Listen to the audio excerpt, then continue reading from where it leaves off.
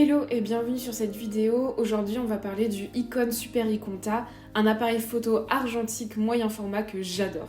Alors l'Icon Super Iconta, j'ai vraiment une relation un peu particulière avec lui parce que c'est mon premier appareil photo moyen format et c'est celui qui m'a vraiment introduite au moyen format et qui m'a fait adorer ce type de photographie argentique. Avant de commencer, je voulais simplement vous dire que moi je prends en particulier du portrait en photo. Et du coup, je vais pouvoir vous parler de quelques limitations de cet appareil photo en termes de portrait que j'ai pu améliorer avec un nouvel appareil photo moyen format dont on parlera dans une prochaine vidéo. Ok, je me suis déplacée pour vous montrer un petit peu l'Icon Super Iconta. Comme vous le voyez, c'est un appareil qui est non seulement magnifique, mais c'est surtout un appareil qui a une énorme qualité optique, c'est-à-dire que vraiment on va se retrouver avec des photos, si on fait bien la mise au point, des photos très nettes, très précises, et avec une quantité de détails absolument impressionnante. Comme vous le voyez, c'est un appareil photo qui est donc à soufflet, ce qui veut dire que quand le soufflet est refermé, l'appareil photo va être très compact, va pouvoir se ranger facilement dans une petite pochette. Et par contre, quand on shoot, on ouvre le soufflet et là, l'appareil photo se dévoile et il est absolument magnifique. Le petit problème avec le soufflet, c'est que c'est très fragile, surtout sur les anciens soufflets et notamment là où il y a les plis.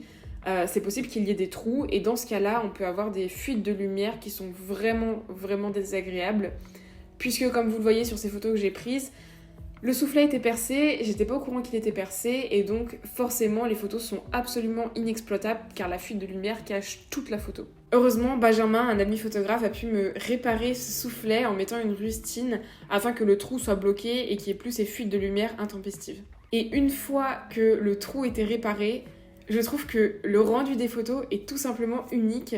Soit on a l'impression qu'on sort des années 50 avec cet appareil photo, soit on a des photos qui sont d'excellente qualité avec un piqué absolument splendide.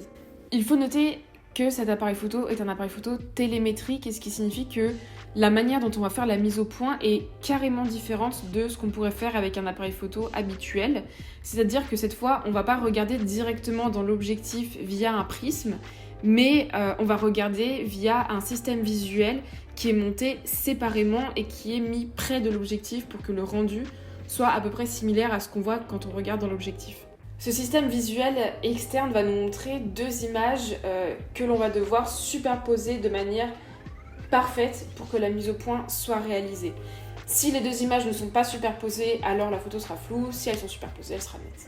Ce qui est pratique avec le système télémétrique, c'est que ça permet des appareils photo qui sont très compacts, comme on l'a dit auparavant, parce que pas de miroir, pas de prisme. En revanche, si le système télémétrique est un peu brouillé, qu'il y a une sorte de brouillard à l'intérieur ou qu'il y a des champignons dedans, ça va bloquer complètement la possibilité de faire la mise au point et ça va être très difficile de superposer les images. D'autant plus que sur cet appareil photo, vraiment le viseur est tout petit, donc pour superposer les images, ça peut parfois être une galère. Alors c'est quelque chose à noter, moi c'est vrai qu'aujourd'hui je préfère les appareils photo qui sont pas forcément télémétriques, je suis pas très fan de système, je trouve que ça rend le processus de photographie très long, très compliqué, alors quand c'est du paysage, je trouve que c'est un peu moins grave, mais là, quand on est face à un modèle dans la rue, qu'il y a des gens qui passent autour et qu'on l'a fait attendre 10 minutes pour pouvoir superposer les images correctement, c'est vrai que c'est pas l'idéal. Ensuite, pour le film, il est assez simple à monter dans cet appareil photo. Il suffit de le poser dans le réceptacle, tirer le film vers l'autre bobine et le film va tout simplement se dérouler de manière très simple. Maintenant, il faut savoir que cet appareil photo n'a pas de système de blocage quand le film est avancé. Ce qui signifie qu'on se retrouve très souvent, quand on est tête en l'air comme moi, avec des doubles expositions, voire des triples expositions qui n'étaient pas souhaitées. Je vous montre juste ici un exemple de double exposition, donc c'est mon amie Chanel qui posait pour moi. L'idée était pas du tout de faire cette double exposition en noir et blanc, puisqu'on voit très bien que j'avais d'abord l'appareil photo en portrait, puis que je l'ai tourné en paysage pour faire deux portraits bien distincts. Voilà, donc le résultat est un peu illisible, pas du tout ce que je voulais. Donc cet appareil photo demande une sacrée rigueur, on va dire, pour pas se tromper dans le nombre de vues qu'on a et dans l'avancée du film. Moi, ce que je fais, c'est que j'opte pour la méthode prendre une photo, avancer le film, pour que la prochaine fois, j'ai seulement à reprendre la photo et réavancer le film. C'est une manière assez simple de se dire dans sa tête que Il faut penser à avancer le film après qu'on ait pris notre photo pour être sûr de sauvegarder l'image, enfin que l'image rentre bien dans la bobine finale et qu'on ne réexpose pas une deuxième fois le film. Une autre difficulté avec cet appareil photo, comme vous pouvez le voir sur cette photo, la main de la modèle est nette et le visage est flou. Pourtant, la main de la modèle est à peu près au même niveau que son visage, donc son visage aurait dû être net.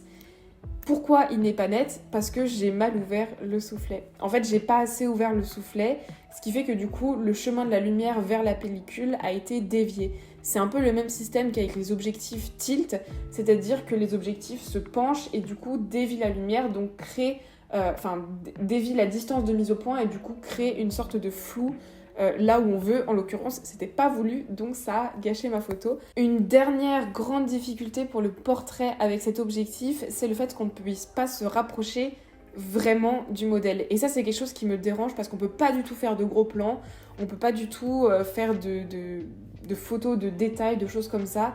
Là, on doit vraiment rester à une sacrée distance du modèle. Je pense que le plus proche que je puisse aller, ça serait de cadrer un peu au-dessus de la tête et au niveau du bas du buste, ce qui est pour moi pas assez proche. Comme on peut le voir sur cette photo de Cam, là je crois que j'étais vraiment au max de la proximité que je pouvais avoir avec le modèle, avec la distance de mise au point de cet appareil photo, puisque les objectifs ne sont pas interchangeables étant donné que l'objectif est accroché au soufflet.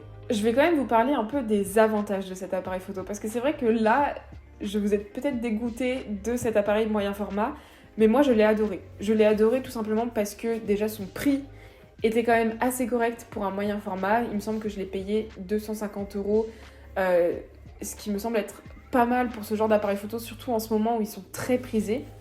D'ailleurs, je l'avais acheté à Odéon Photo, si ça peut vous intéresser. C'est une petite boutique d'appareils photo vintage à Paris qui est vraiment de super bons conseils et qui a une très grande gamme d'appareils photo. Ensuite, autre point positif, c'est que, comme je l'ai dit auparavant, il est compact. Et alors ça, c'est vraiment génial parce que quand l'appareil est fermé, pour moi, il est d'une très grande solidité. C'est plutôt quand il est ouvert où il faudra y faire attention.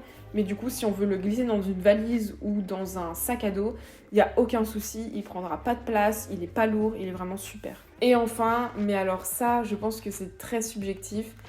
Alors moi, j'ai trouvé que la prise en main de cet appareil photo et l'expérience de photo avec est absolument incroyable. C'est vrai que quand on prend des portraits avec cet appareil photo dans la rue, déjà les gens nous regardent, ou alors on nous prenne eux-mêmes en photo, en train de prendre en photo.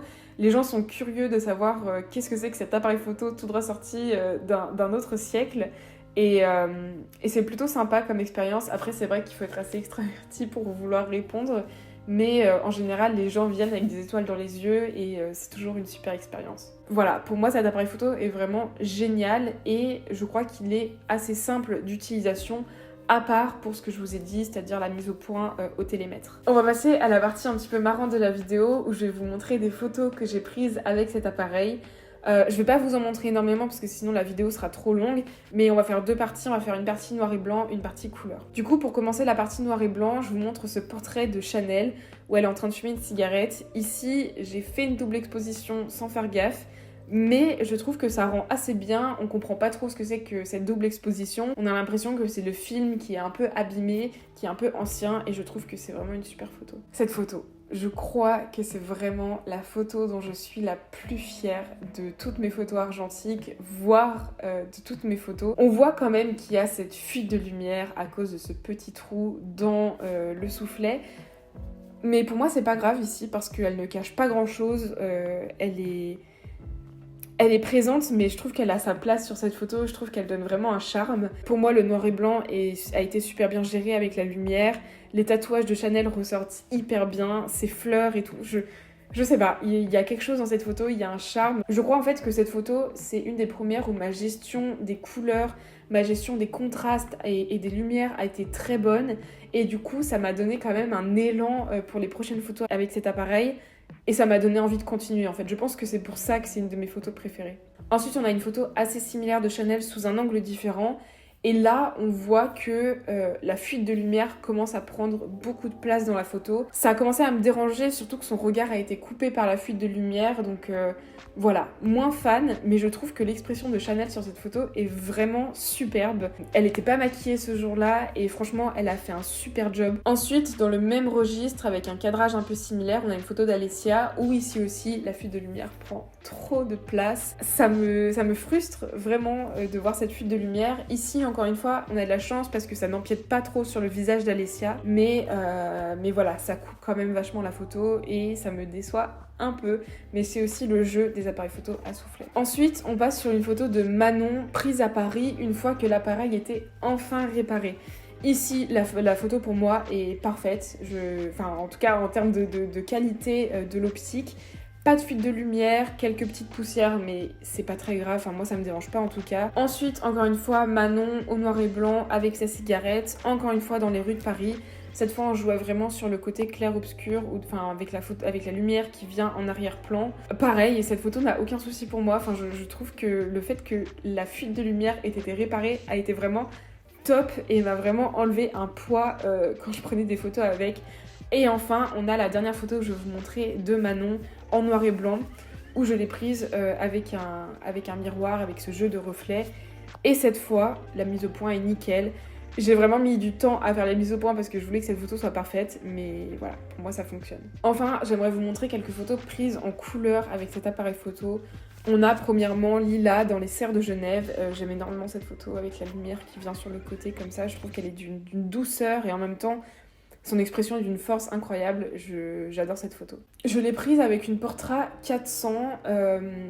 Ou peut-être 160, j'avoue que je me rappelle plus trop. Pour moi, il y a un petit problème de couleur quand même. Il y a un petit problème parce que les ombres sont rouges, pourtant il me semble que la lumière était bien gérée. Après, c'est toujours la difficulté d'avoir un côté du visage qui est très éclairé et l'autre moins. C'est qu'il faut gérer cette surexposition sans sous-exposer le reste de la photo. Donc ça, c'est assez compliqué, surtout quand on a un appareil photo qui n'a pas de cellule. Donc du coup, moi j'utilise une cellule sur le téléphone, mais c'est pas toujours très très fiable. Ensuite, je vais vous montrer quand même une photo ou deux de Manon dans le métro, puisque ça vous permet de voir que cet appareil photo est aussi pas mal performant en lumière basse.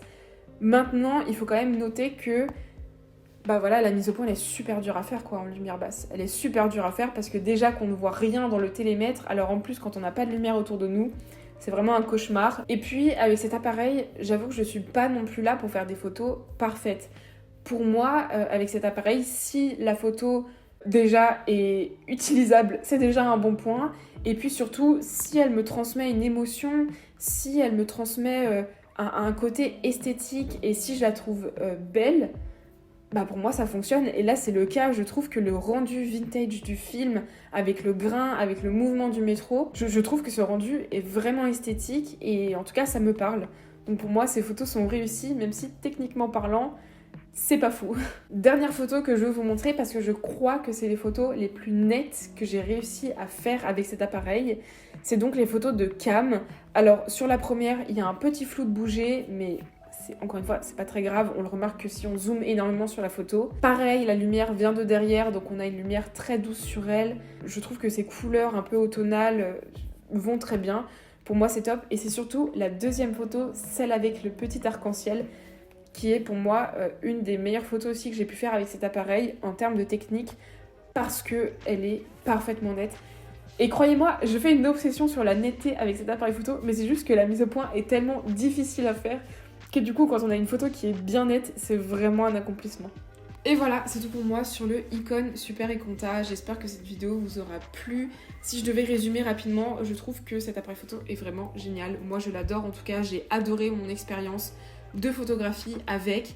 Encore une fois, il est assez dur à utiliser. Du coup, c'est vrai que si on n'a jamais utilisé de télémètre, c'est à essayer quand même, je pense, avant de mettre 250 €, voire plus dans cet appareil photo. De même, si vous voulez l'acheter, essayez quand même de le voir en personne pour vérifier qu'il n'a pas de trou dans le soufflet, parce que c'est quand même relou d'avoir des trous dans le soufflet et d'avoir des photos inutilisables, surtout que quand on achète un appareil photo, on a envie qu'il fonctionne tout de suite. Donc peut-être que je vous conseillerais pas d'acheter sur le Bon Coin et tout ça, plutôt d'aller en boutique comme chez Odéon Photo à Paris. En tout cas, j'espère que ça vous a plu, et si c'est le cas, je vous invite à laisser un like, un commentaire, vous abonner, et on se retrouve très bientôt.